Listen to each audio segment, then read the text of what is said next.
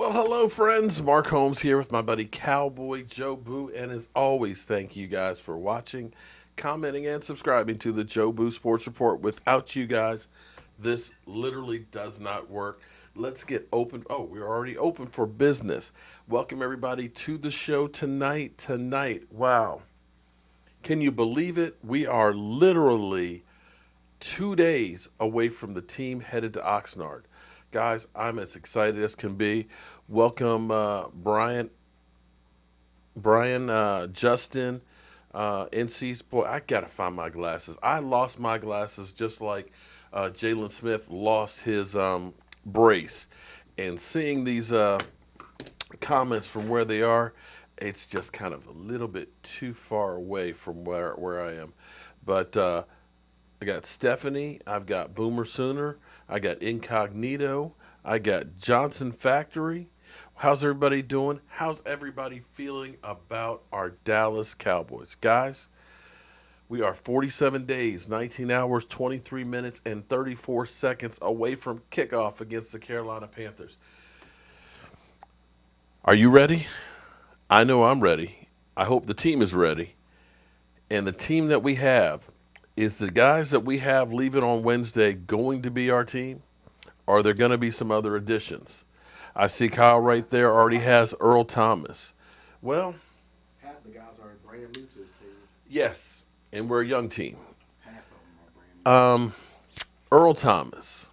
Could be about next offseason. Earl Thomas.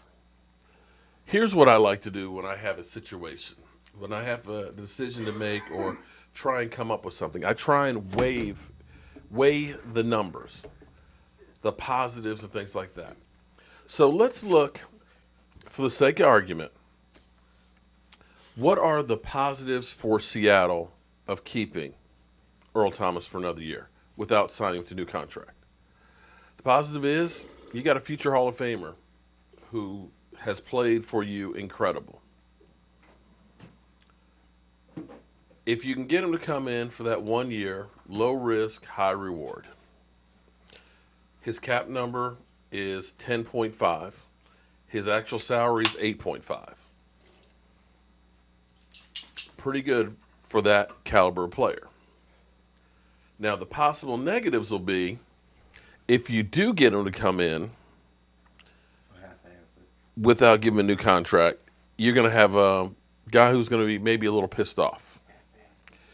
You have a guy who at the end of the year may end up saying bye, or he will say goodbye. You have a guy who may end up being a distraction. And you're paying 1.5 million on your cap. And here's the thing as far as looking at them if they would want to sign him to a long-term deal. Take a look at Cam Chancellor.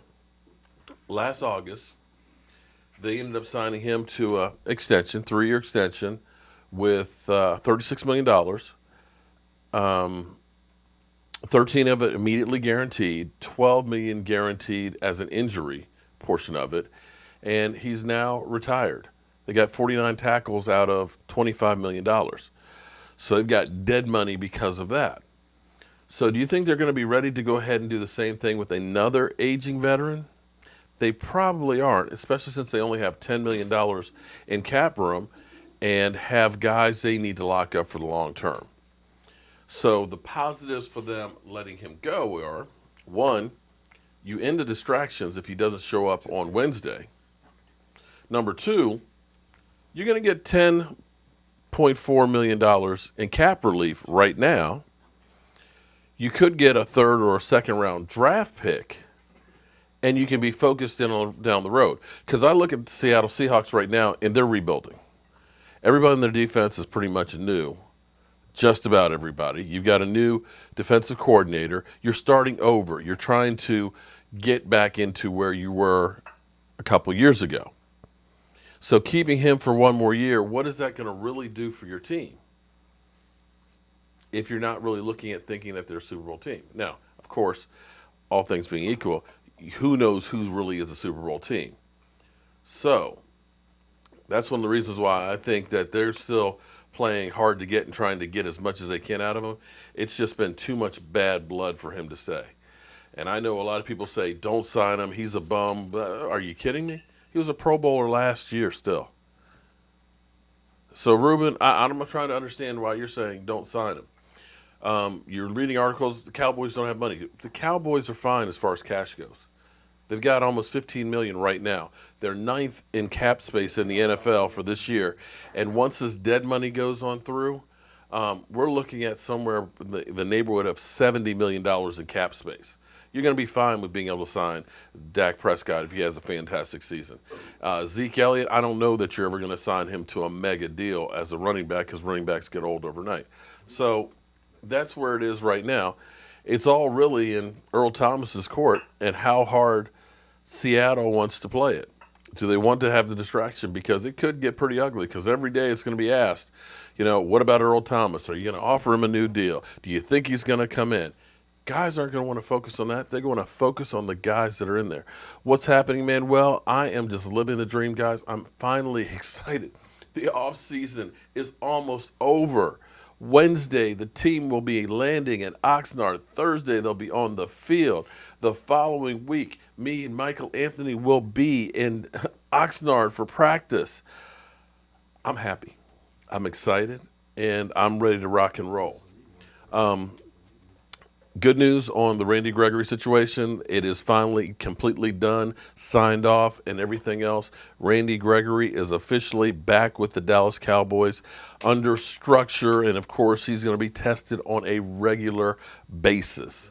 So he's got to definitely keep his nose clean, so to speak, and live life on the straight and narrow. I think personally that he is going to actually be ready to rock and roll because as you always say, you don't miss the water till the well runs dry.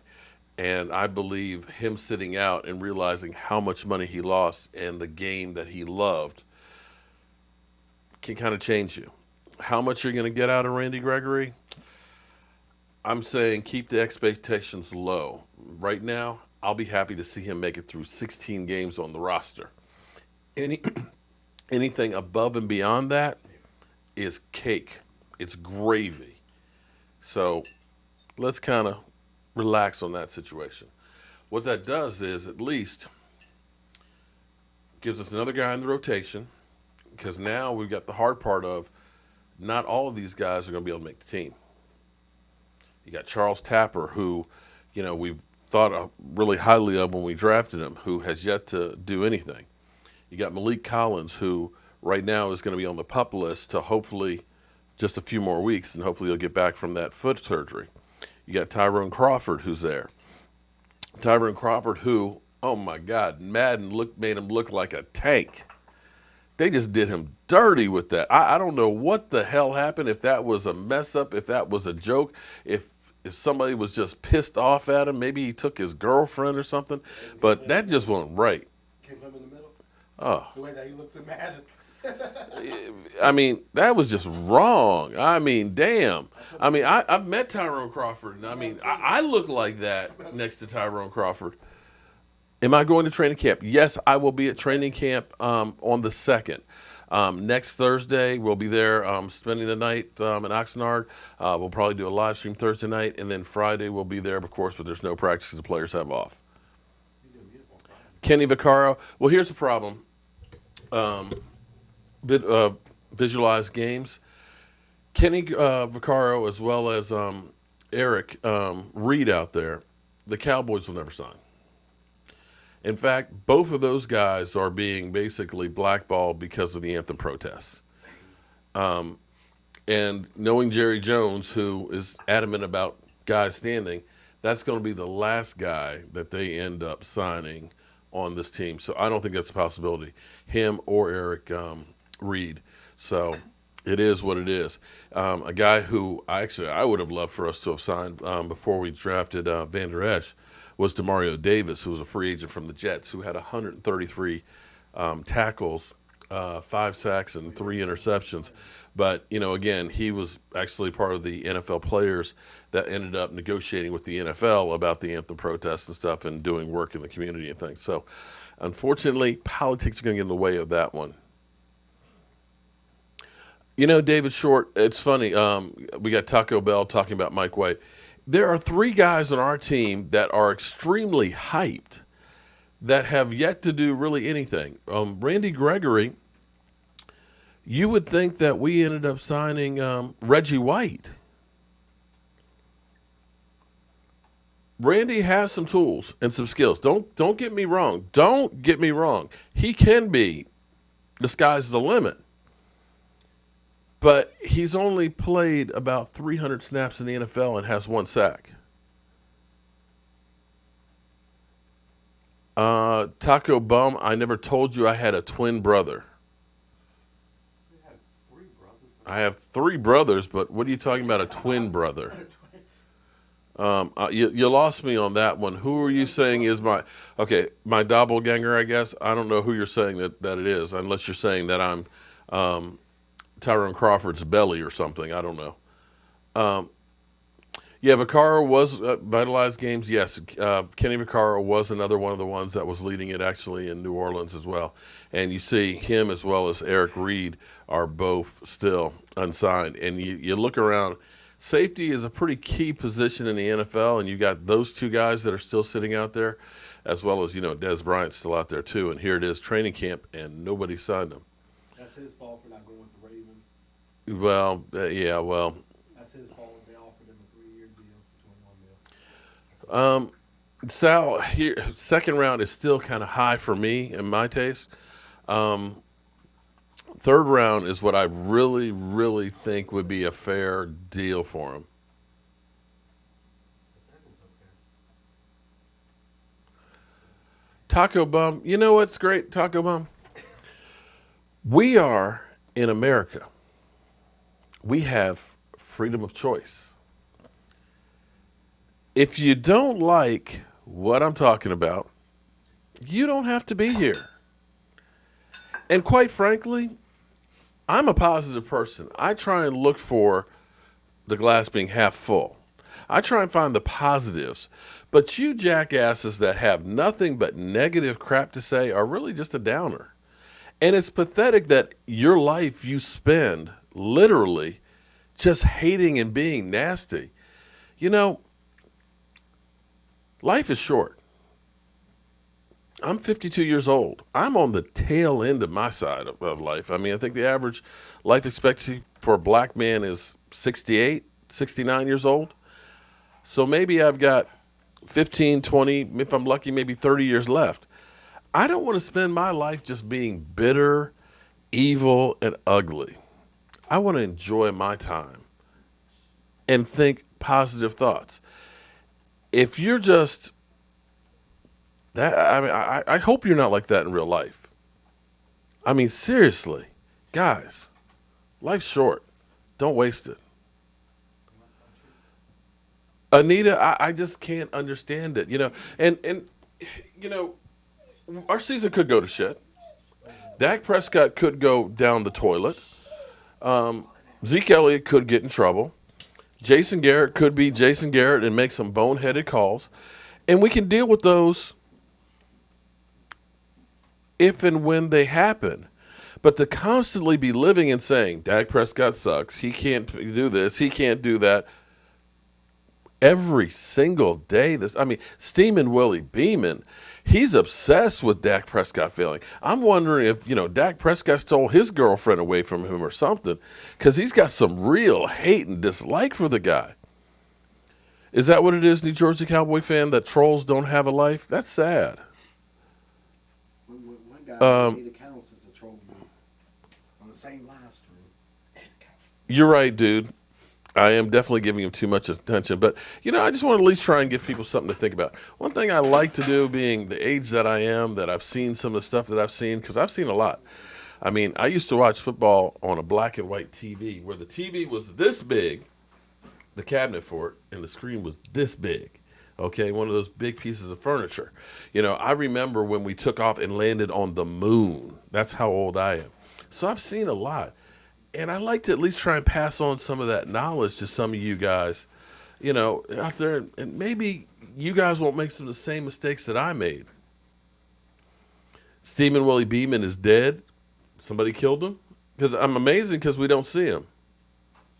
Well, Taco Bum, I'm glad you love something. You love our defense. You know what? But here's the thing with Dak Prescott. I believe the quarterback gets too much credit and too much blame for everything that goes on. There's 22 guys on the field.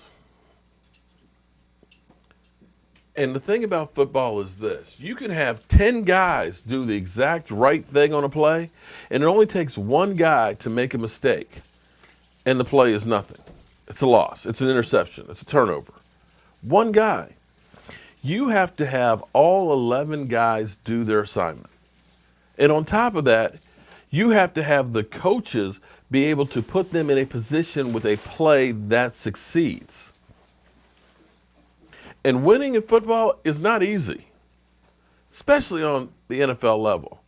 The difference between being a Super Bowl champion and being a loser is this much. Think about the New York Giants getting that play. Wide receiver catches the ball in his helmet. Luckiest play maybe ever. Doesn't make that catch, game's over. You're not Super Bowl champions. Think about the Titans, the last play of the game. Pass. Comes up a foot short.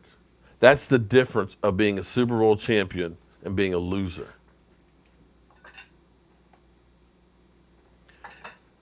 You have to have a lot of things go right. You got to have everything fill in place. You got to be lucky with health. Sometimes you get lucky with calls. Sometimes one penalty call can be the difference of a game.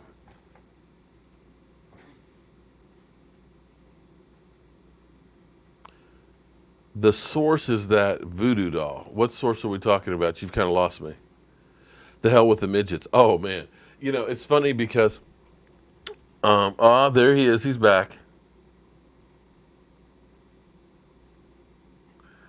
Dak's going to be in the 2020 Arena League All-Star. Okay, Steeman Willie Beeman. Okay, all right.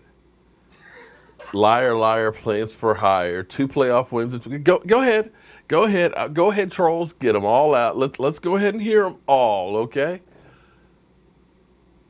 Breaking news, the show got canceled. Okay. Willie choked on that chump salt. Okay. Is there a point to this session? Actually, I'm responding to your questions tonight, Jay Farmo. What would you prefer me to talk about? Breaking the news here. This is kind of the end of the off season here, so we can kind of go through and just kind of answer questions. XFL is coming. XFL could be interesting if the NFL is locked out. Yeah, E2 Blue has already left. He's actually in here. He's probably at the airport waiting for his wife. Oh, Boomer Sooner with a comment. Love that one. And we got our usual Eagle trolls. Well, here we are with everybody having their predictions out. Most people think the Dallas Cowboys are going to be dog doo-doo. And I, for one, am happy about that. I'm happy that people are sleeping on the Dallas Cowboys. Very rarely are the favorites the ones that win. It's just a fact. We were favorites last year. What's my favorite Dallas Cowboy team ever, Mark? I'm going to have to say the Super Bowl 6 championship team. Being that first Super Bowl championship with Roger Staubach, with the adversity that they face, having transitioning the team. When you looked at Craig Morton being the old guard, okay, of the Dallas Cowboys, he was the guy that took them to the Super Bowl the year before, who had been with the team for all those years. The veteran that everybody knew and trusted, but he wasn't going to really wow you. Then you had Roger Staubach, who was, Captain America, but not Captain America just yet, but who was more unconventional, who Tom Landry was literally at a crossroads and didn't know who to play, that literally in one game, he alternated series. Can you imagine alternating series where your running back was in a contract dispute and literally didn't talk to anybody on the team the whole season? But to finally get the monkey off the back, not unlike the Eagles who took 52 years to do it, the Cowboys it took 6. That was probably one of my favorite teams.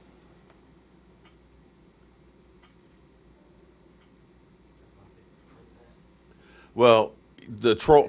Could you imagine actually the NFL without the Dallas Cowboys? Who would be the team that they would talk about if it wasn't for the Dallas Cowboys?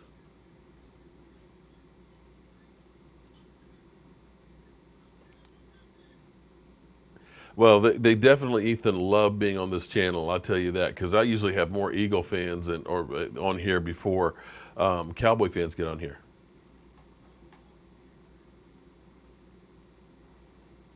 But the amazing thing, I'm sorry, I really got to find my glasses, um,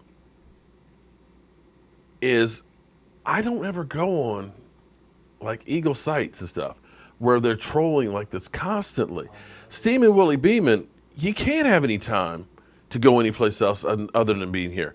I guarantee you, if you go through the thousands of videos that I've had, that I guarantee you that almost every one I've had since middle of the season, Stephen Willie Beeman has at least 10 comments on every one. At least 10. It'll be the Pats. I'm serious. Stephen Willie Beeman is on every line. I mean, seriously. That's good, though. I need to send him a check. I mean, he's on my page every once in a while, but that's like, hey, he's on my last live on Wednesday. Yes, okay, we're not going to go there on that one. It's like the Cowboy Stadium, more Eagle fans than Cowboy fans. Well, actually, Stephen Willie Beeman, you actually bring up a good point. And this is something for all of us Cowboy fans that we need to do something about that. The one thing about the Cowboys in recent history is we suck at home. And that's the honest truth. We were 3-5 last year at home. That's pathetic. That's just unheard of. And part of it is because our stadium is so damn good.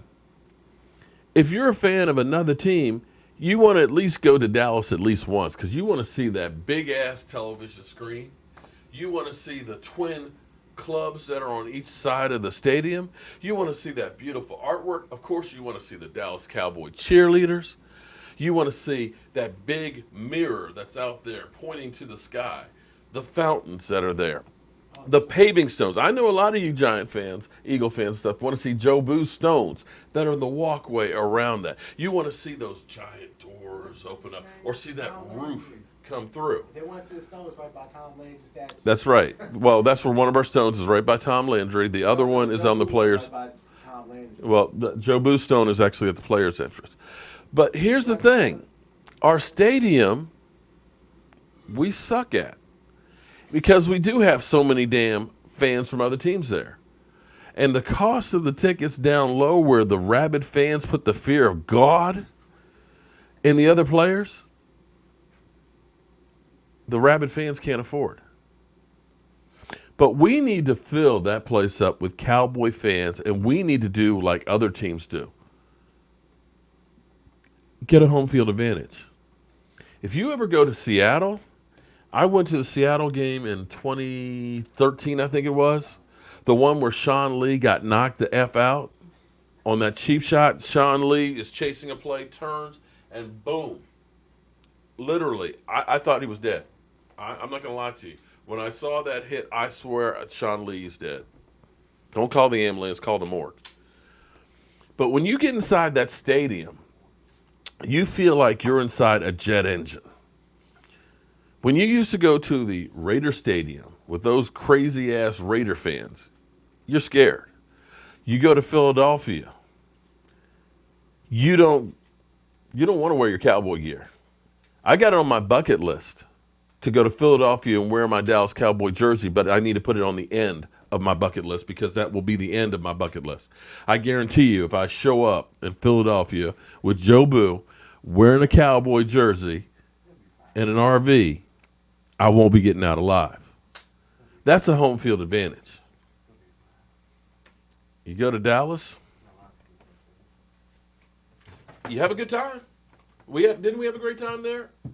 until The Eagle game, Until the game. tailgating, the fans were incredible. The Until the stadium, game. the Until the game. glitz, the glory. Thank you, Chaz Jewell. Until the game.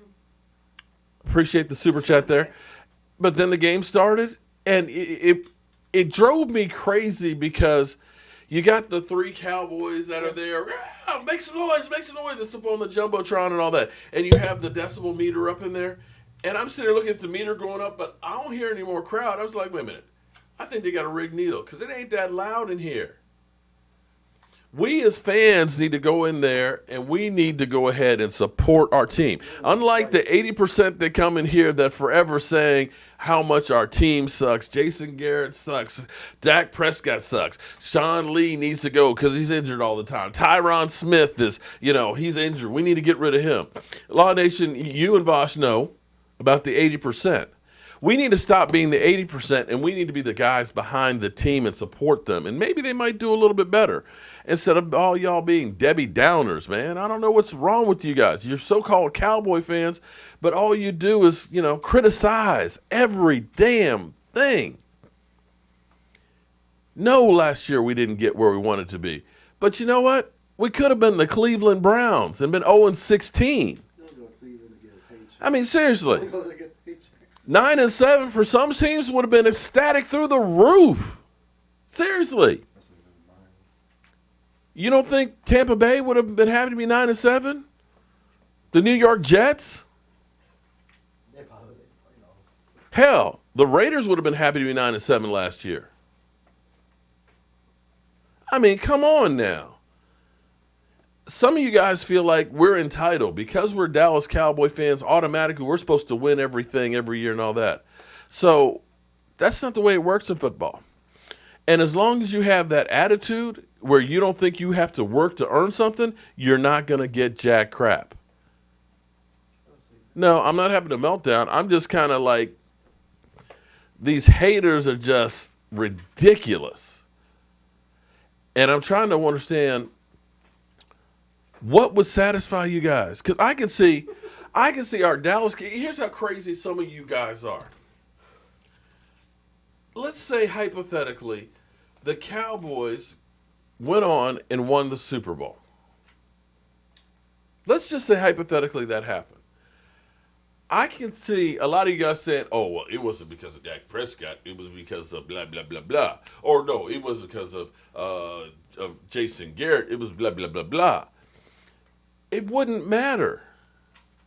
Some of you guys are just negative ass people. I feel sorry for you. But I'm not going to be that way. Because I love my Dallas Cowboys. I cannot wait to see them next week in Oxnard. I can't wait to be talking about them on the field. I cannot wait for the games. And win, lose, or draw, I'm going to still be right here supporting that team.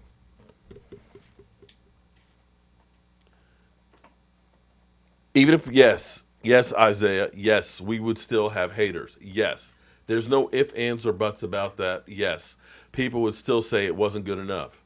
We didn't go 16-0.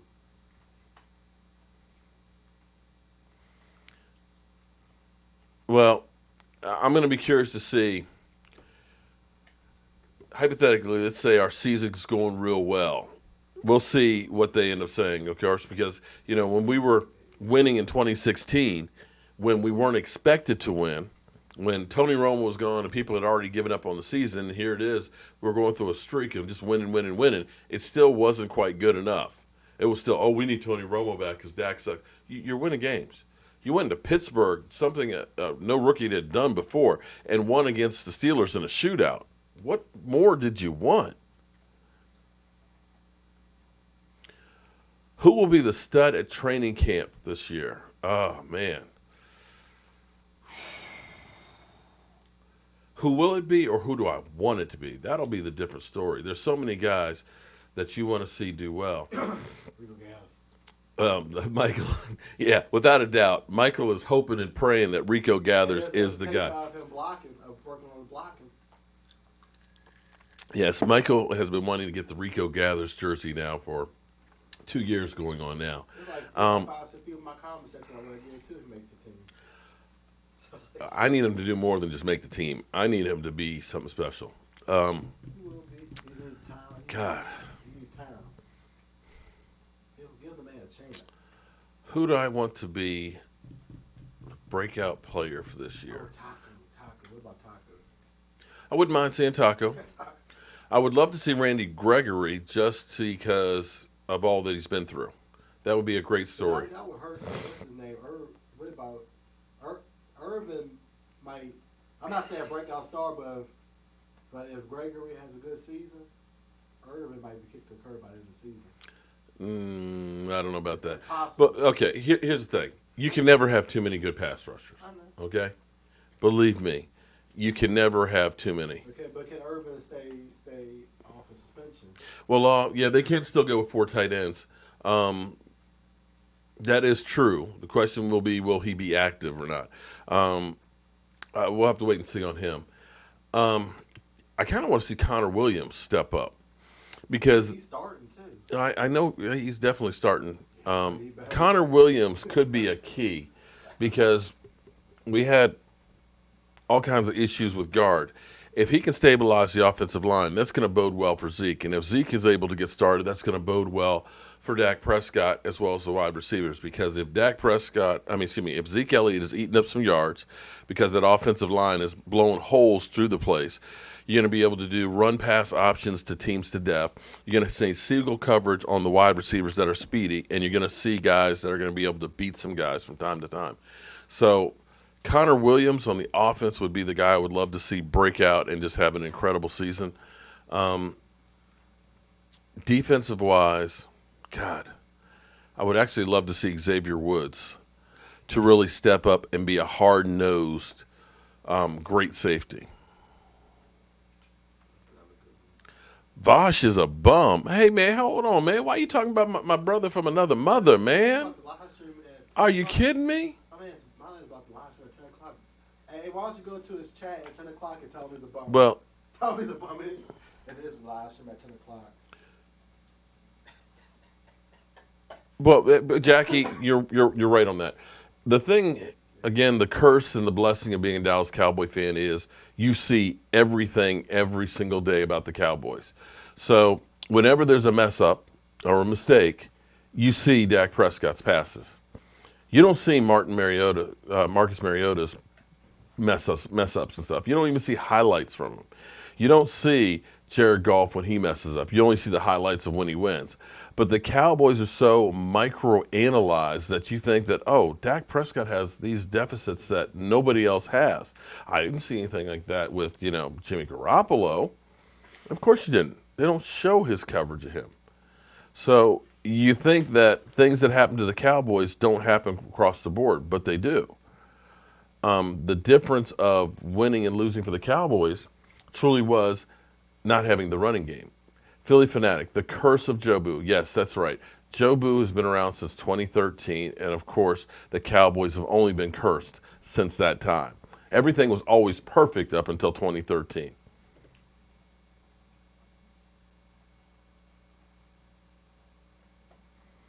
Raging Cajun, man, come on.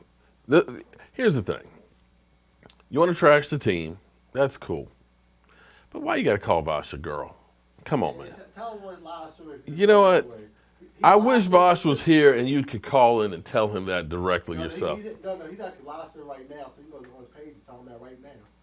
Go over to the live stream and tell him that. I'm watching it right now. He's on live. Oh, I know it's Philly. I know, believe me. We've had a lot of ups and downs.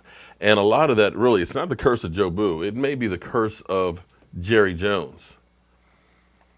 Jerry Jones was so hard at trying to prove everybody that he was the one that was running this team and that he was the reason that they won it. It kind of cursed himself because some of the guys he brought in for coaches, ooh, it just wasn't right. Who they went to Super Bowl with after Jimmy Johnson? saw Jason Garrett before Jason Garrett was here. Well, Shango always ends up basically kind of going hiatus in the offseason, you know. Um, He's off his wife's Shango actually has a lot of things going on, but you're going to see the return of the man real soon. Shango's going to be ready to rock and roll, and I can guarantee that. I guarantee probably by maybe next Thursday, you'll definitely start seeing Shango. Hey, tell your haters to go. The ones that are hating on Voss, tell them to go to his page, his live stream right now, and tell him yourself. What is the most what is the most likely thing to go wrong this year? Hmm. I'm worried about safety. I'm worried about teams being able to run up the middle on us. And I'm worried about brain farts from the coaches.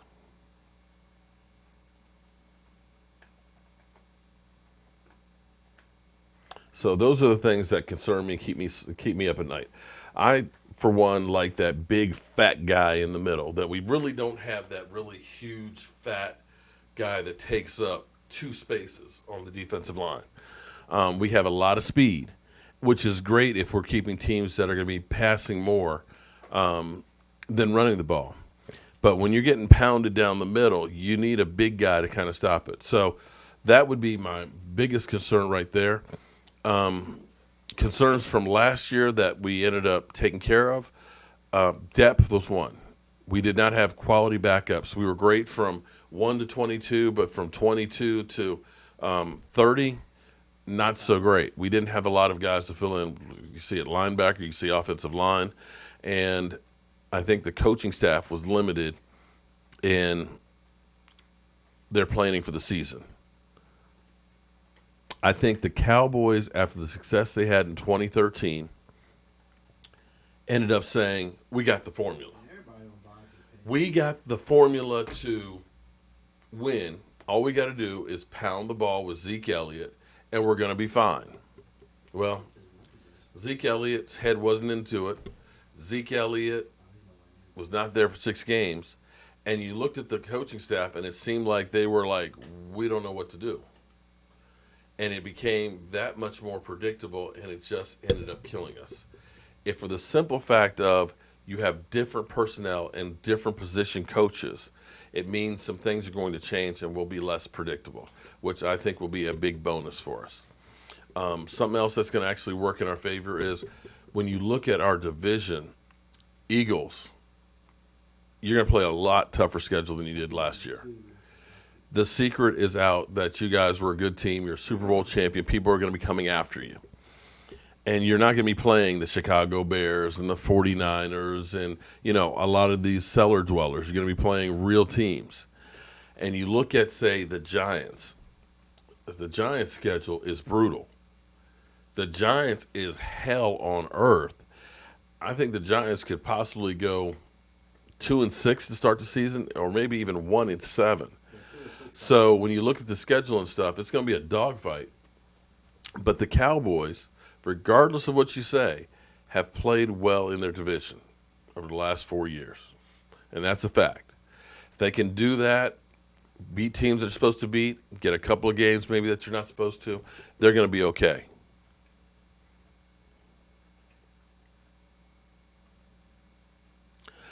Alan Bergman, here's what's funny. Players are nobodies until they become somebodies. Cam Chancellor was a nobody. He was a fifth-round draft pick until he became somebody. Miles Austin going into T.O. being cut had, I think, 14 catches to his name and comes out and gets 89.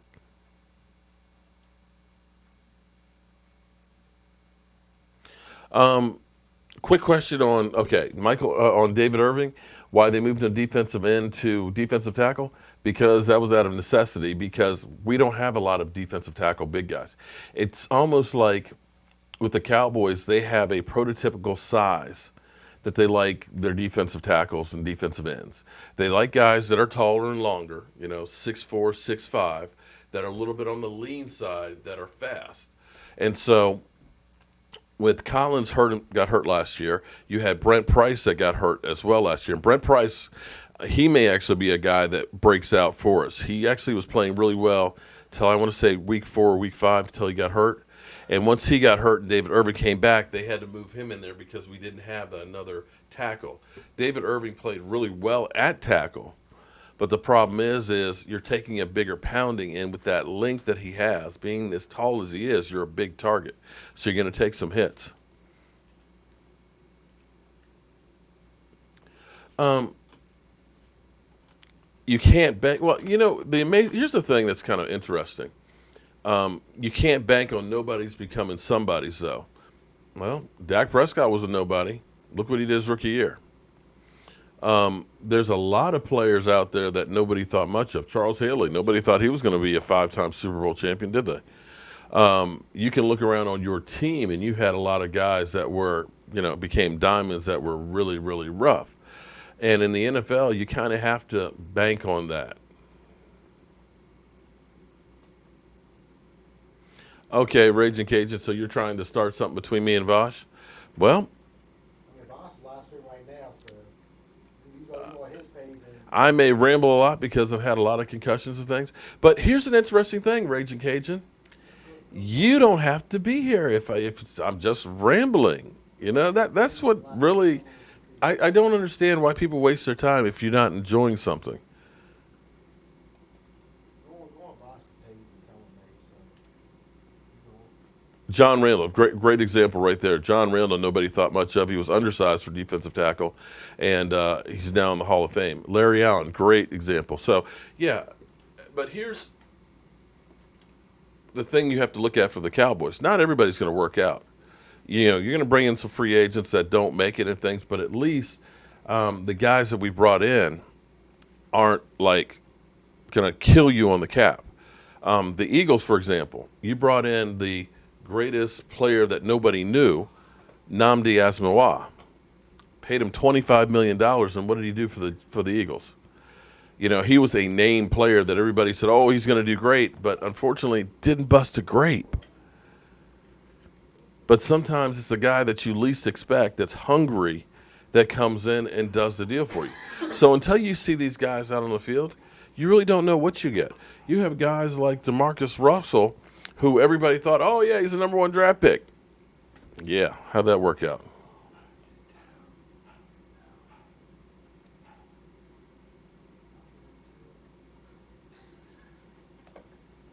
Oh, you are 100% right, Stephanie, that I think the Giants screwed up by not getting a quarterback this year. They did this before And, they draft. you know, No name quarterback. it's almost like deja vu when you're dealing with the Washington Redskins because they always think every time they sign somebody in free agency that this is the guy. And they've seen this so many times over and over and over again. This is just like Donovan McNabb again because they've gone through and they trashed all the quarterbacks they had. But now we got Donovan McNabb. We're going to be in great shape and everything. And, yeah, that was a one-year wonder that didn't work. So now it's like, oh, yeah, he is so much better than Kirk Cousins. Now we've got a great quarterback. He's going to do fantastic. And you watch. This time next year, we're going to be talking about, okay, who are the Redskins going to get for quarterback? Well, the great thing about football is you really just don't know. And all you Eagle fans that are in here now pounding your chest, talking about how great you were, are last year, nobody thought jack of you. Nobody thought jack of you. Everybody talked about the New York Giants. Yep, Giants. Great defense. Eli Manning, 2-time Super Bowl champion. And where did they go? They went in the toilet. And nobody talked about you, but boom, you win the Super Bowl. That's the way it is. So don't be surprised, Eagles, if you come back down to earth.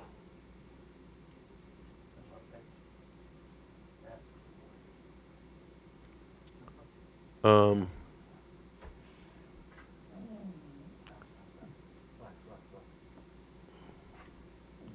Marcus Peters and Talib are coming over. Okay, no, we're not getting those guys.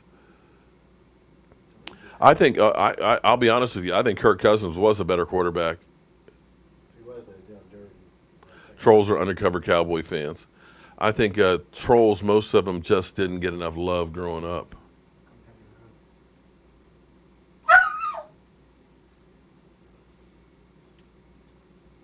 It's amazing. Willie Beeman, do you know any stats on your team? Because you seem to know everything about Dak Prescott. Sorry, buddy. Seriously, what do you know about your Philadelphia Eagles?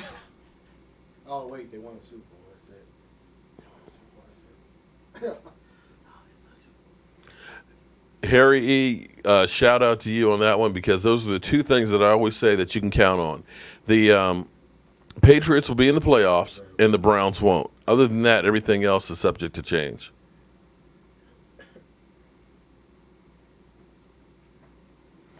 Well, it's going to be interesting. I think I hate to say it, but I think Minnesota's going to be one of those teams that takes a nosedive.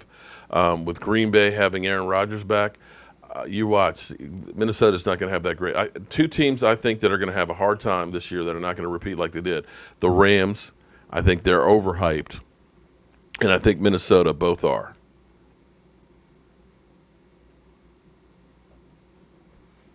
You don't have a team, Anita Baker? Well, come on over to the Cowboy side. Oh, Austin, he probably knows when Dak uses the bathroom. You know, I believe he is a stalker.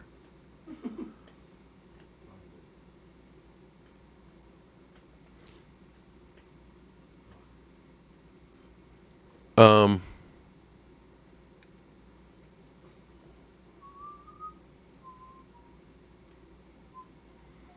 if anybody knows about real football, they know that it will be teams that made the playoffs not going again, and even Super Bowl winners. That is very true, and that they seem. Listen, Eagle fans seem to think that now that they finally gotten to the top of the mountain, that they're going to stay there. They don't seem to understand, and that's one of those things that's always interesting to me, because when you look at all the preseason polls, basically it looks like they all picked all the teams that were in the playoffs last year and figured that they're all going to be back again. Who are they talking about? Minnesota. They're talking about the Rams. They're talking about the Saints. They're talking about the Eagles in the NFC. And, of course, the Carolina Panthers. It's like, okay, you do realize that half of those teams won't make the playoffs. So who do you think won't make it from those groups? But every year we go through the same cycle. And if you go back through and look at it, and that's where I like to go through and do the predictions. And I was trying to find my predictions from last year.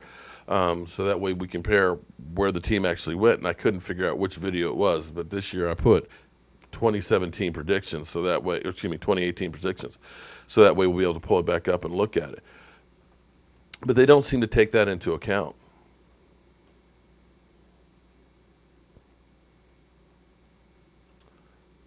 Um,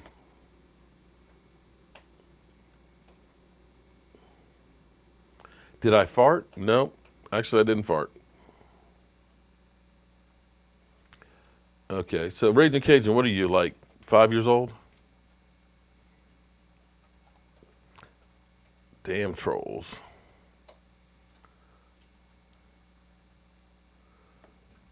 You are saying it. You're going to ignore me as Stephen William Beeman.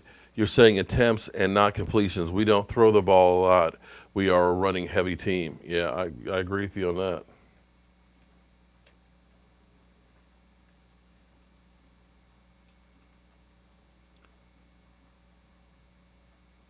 Sounds like people are going after Willie Beeman in here.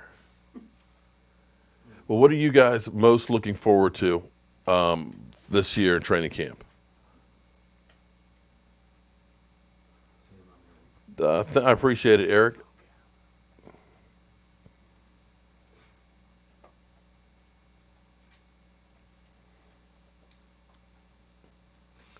Um, Eagles fans be like, I like that. I think you're right there, Smith fan. I think we do have 12 years. I can't wait till school opens up so we can start getting these kids to bed early. My prediction for the season, I believe we're going to be 11-5, and I think we'll be okay with 11-5. I think it's going to be a dogfight with the Eagles. I think the Eagles, they're not going to win 10. I mean, win 13. I think they're actually going to go 10-6. The Giants, I'm actually going to say 6-7. I'm going to say, I'm sorry, 6 or 7 wins. The Redskins, I think they're going to win probably about 7 wins.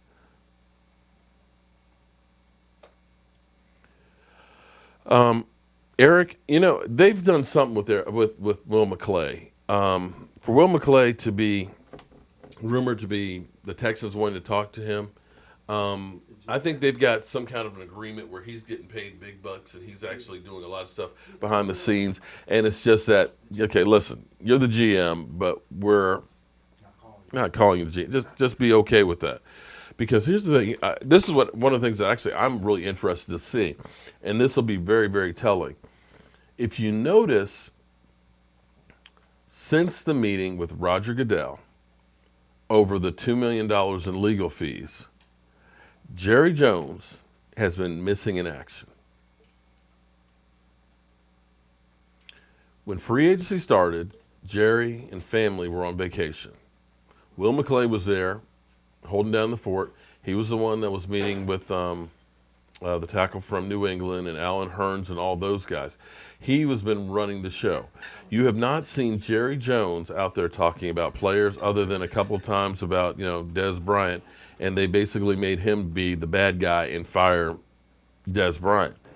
It's going to be interesting to see how much Jerry Jones is out there training camp doing updates and stuff and during the season, because I truly believe that we have slowly over the last few years seeing the pushing into retirement of Jerry Jones. He's still the face of the franchise, but Stephen Jones, I believe, is running it along with Will McClay.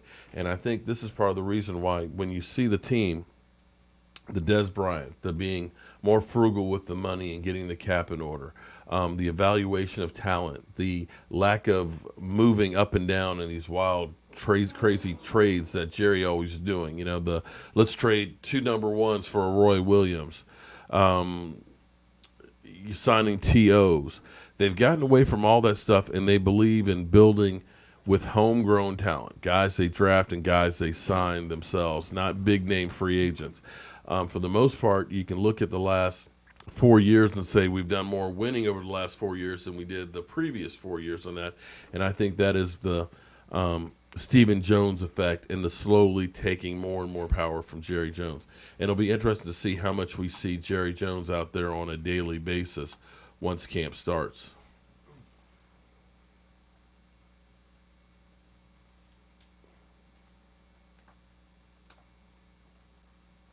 Well, Jerry's not a spring chicken. Jerry's about 74, 75. So, he is getting up there, and it is kind of time to you've done everything. You got your 3 Super Bowls. You got the most valuable franchise. You got the greatest stadium. Let some other people take care of all the stuff, okay? And you can just take the credit.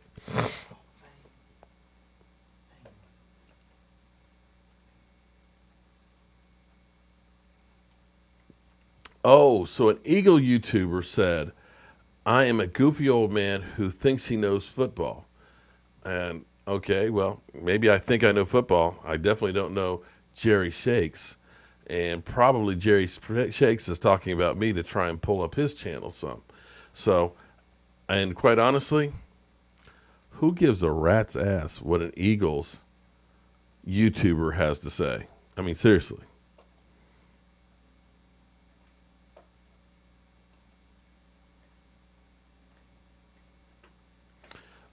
You're right on that. Justin, that's part of the whole Stephen Jones thing. We're biting the bullet this year, and we're getting rid of that $24 million in dead money between Des Bryant, Tony Romo, Nolan Carroll. Let's see who else is on that list, but a couple of guys that were fails. So all that money is going to clear off, and we're in a hell of a lot better shape than we've been in a long, long time. There you go, Justin. You mean there's Eagles YouTubers? That's the perfect answer to that one.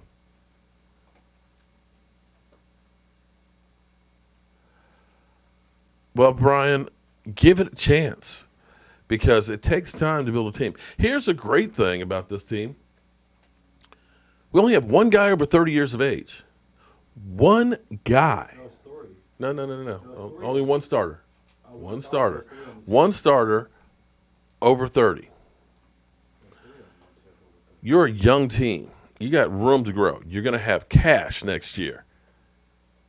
Billy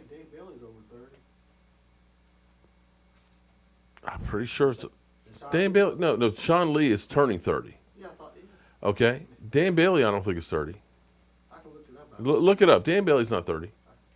I think he is. Nope, nope, nope, nope. Your long snapper is I don't know who that is. Lossaman. I don't know who that is. Regardless, there's only 3 people on the roster that are over Yeah. 30. Okay, you're still one of the youngest teams. Getting rid of Dez and getting rid of As of Witten right now, definitely is. as of right now, we're 26. But it's going to go down as we get rid of guys. Which is actually young. No Earl Thomas. I won't go that far just yet. There's Cowboy Crunk. He's up in Afghanistan at 6 a.m. Just woke up. Well, that's fitting because I'm about to go to bed. No, Dane Bailey just turned 30. He just turned 30. Okay. Beginning of the year, so he's been 30 for about a year and a half. Okay. Half the year. Dan Bailey and Lossaman are. Sean Lee turns 30. So that's it. Yeah. That's the list. There's only 3. That's the only old people on your team. It's only 3. Only 3. Okay, I said starters. I'm talking about regular starters. And if you look at regular starters on your offense and defense, Sean Lee will be the only one. What about Dane Bailey? He starts. That's special teams, smart ass. You know, Michael's getting like a troll now because every time I say something, he's over here, blah, blah, blah, blah. Shut up. Shut the fuck up. Excuse my language. Shut the fuck up, okay? That's how 1,000 views on that Rico Gals video. Oh, Lordy. Okay. I could have sworn I thought Sean Lee was 30, but again, I guess he's been around. He was drafted what year? He was drafted I before. thought 2010 was when he was drafted. Am I wrong? Remember the first time I went to the stadium? That's the first time I've heard about him, and I fell in love with his character. Yeah, Sean Lee. Wait a minute. He's been there for a while. He's been there since the first time I went to Redskins Stadium. Sean Lee. Let's look it up real quick because now you guys got me wondering. Sean Lee is like 30 or older. I think he's older than 30. Sean Lee, born in '86. I guess he is 32. Well, damn. That's what I said. 31. He's 31. Okay, so let's split the difference. All right, so I was wrong. Okay, Sean Lee is 31. Okay, all right. My favorite player. One offensive defensive starter, Sean Lee. Okay, your kicker. Who cares how old the kicker is? Okay, Morton Anderson played till shit. Is he still playing? He played well into their 40s. Right. There's a 42-year-old kicker still in the league. That's Cowboys crunk.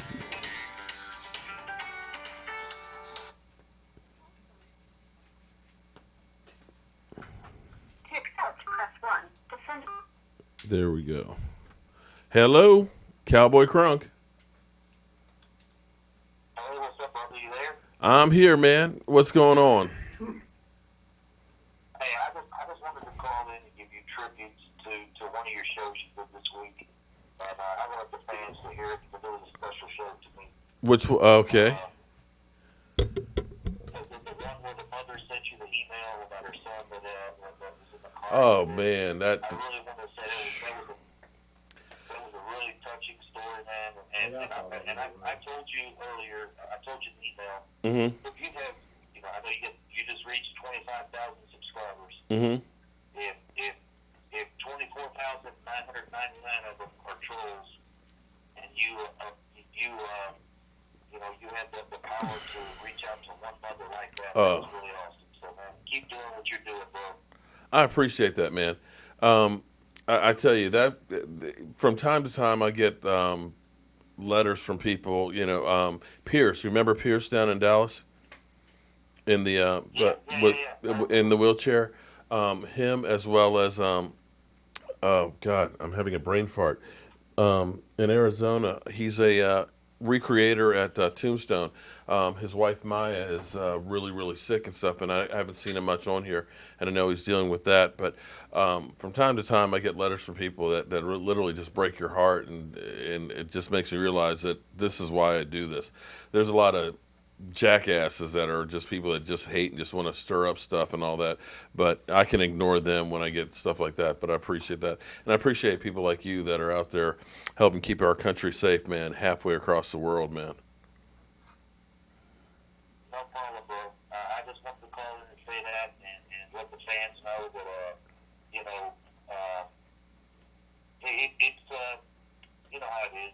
there's people out there that don't have anything better to do. But man, that was the most touching story I've heard, man. I mean, for a mother to lose her son, and then for her to reach out and take over, basically take over his hobby. Yeah. And do that through watching your show. That's really cool, man. So congratulations, bro. And you're doing amazing things, man. You really reach out to 25,000 people every day. So I think that's cool, man. I appreciate that, man. Congratulate you on what you're doing. All right, man. I appreciate that. And with that being said, it's actually 10 o'clock, and I got to get up early to my day job. I appreciate what you're doing, man. And definitely, guys, check out Cowboy Crunk's YouTube channel. And it's coming to you live all the way halfway across the world in Afghanistan. All right? Yeah. Hey, there's Cowboy fans everywhere, brother. We're the number one franchise in the world. Amen to that. All right, man. We'll be seeing you next week, or well, hopefully we'll be seeing you sooner than next year at the draft. But we'll have to hook up with some games this year. Say what? Rico Gals like my post. Oh, that's what's up. Okay. All right. Michael's over here saying that Rico Gathers likes his post. I'm hoping that's the real Rico No, Gathers. it is. It is. Okay. All right. Verified on you or? Uh-oh. Okay. So Michael has been verified Rico Gathers like on his video. No, on Instagram. On Instagram. Well, congratulations. And with that being said, thank everybody for tuning in. I guess I should thank you cockroaches that have tuned in, and our trolls and guys that just absolutely hate me. This might be the first time I haven't seen a booty hole comment tonight, so at least we're moving up. Michael is over here flipping out because Rico liked his Instagram post. So that's cool. Okay. I wish I could turn the camera on him. I think oh lordy. He's getting all swole. Like he's getting all swole up and everything over here. Good Lord. I put in my thing that he inspires me to go to work out. So what did you post on there? I basically said that Rico Gals inspires me to go to the gym every day as much hard work as he puts in. Okay. And he liked it. I'm like, No, of course he did. You sucked up to him. All right. With that being said, Michael has gotten props from Rico Gathers, and I'm proud of him. And guys, the next time we do a live stream Friday, our team will be practicing. We'll have 2 practices under their belt. So guys, have a great and safe work week. And guys, the off season is over. I'll see you guys soon.